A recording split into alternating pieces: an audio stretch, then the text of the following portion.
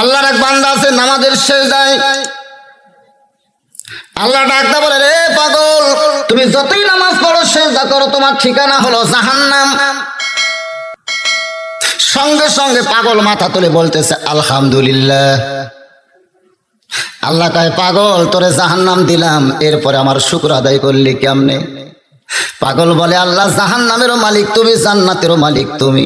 তুমি যদি বলতে পাগল তোর জাহান্নামও নাই জান্নাতও নাই, তাহলে আমি যাব কোথায়? তোমার বানানো জাহান্নামে আমার যে জায়গা হয়েছে, এই জন্যই তোমার শুকর আদায় করতেছি।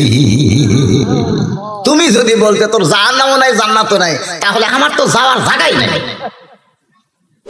তুমি আমার জাহান্নাম দিছো, তাও আমি বলতে পারবো আমার থাকার জায়গা আছে। আল্লাহ বলে, পাগল, জাহান্নামে গেলে তুই পুড়ে যাবি, তোর কষ্ট হবে। পাগল বলতেছে, আমি জাহান্নামে যাব, তবে একলা যাব না।